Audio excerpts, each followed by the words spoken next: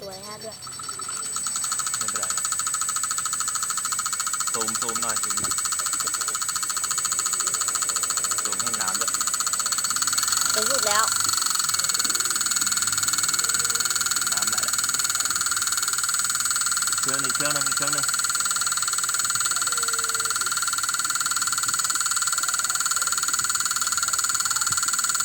็อยู่ตรงสบาย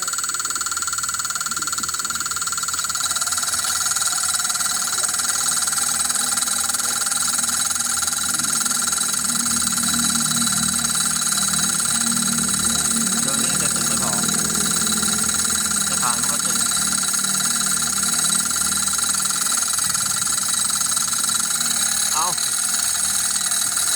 ถ่ายรูปเล็บเหรอ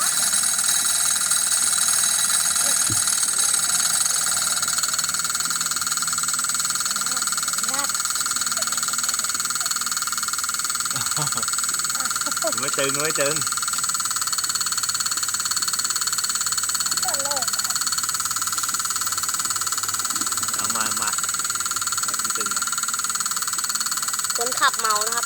ดูคนขับก่อนเลยโอ้เต็มท่อเลยเต็มสูบเดี๋ยวคนขับจะเตือนจะผ่านลูกมาจะผ่านลูก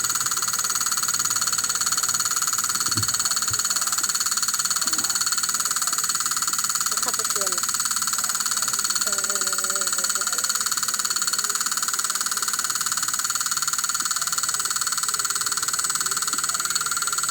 ผ่านใหม่แต่น้ำไม่ได้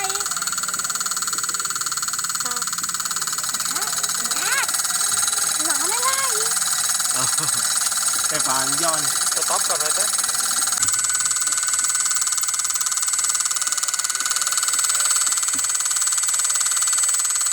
วางที่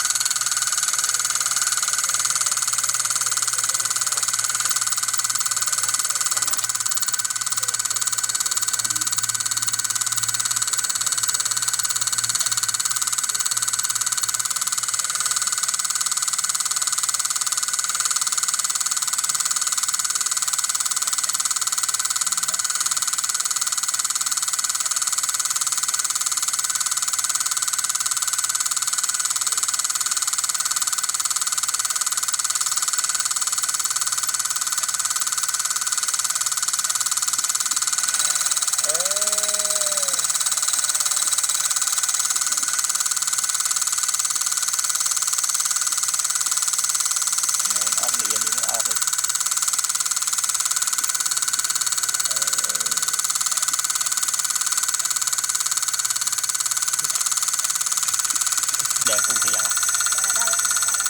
มันมีกุ้งที่แดงไม่ทอดยังหน้าจออันนี้ยังเครื่องนี้ยังติดไม่เสร็จเลยเครื่องนี้เครื่องนี้ทำไม่ได้เครื่องนู้นทำได้เครื่องนี้ทำได้เครื่องนู้นทำไม่ได้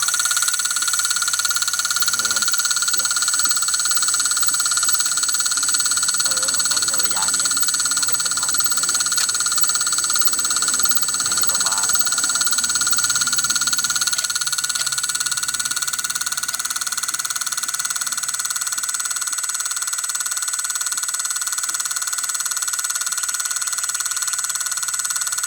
ปิดได้ไหม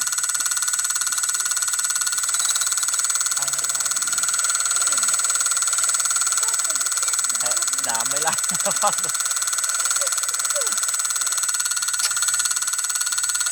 เวลานี้ก็ไม่ต้อง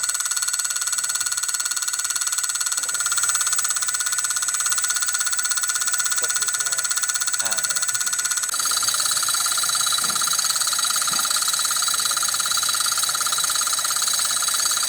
ด้วยตรงมาใกล้ๆอ่ะนิ้วอ่ะนิ้วหน้ากล้อง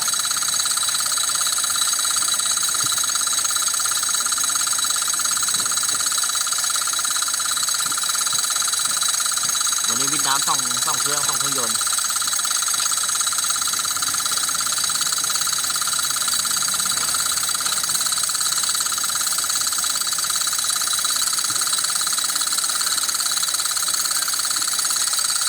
เครื่องนี้รอบจัดไปเลย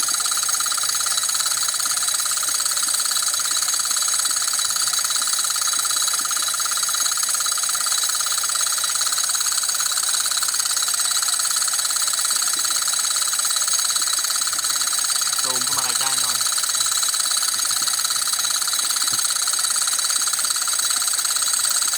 เห็นน้ำป่ะ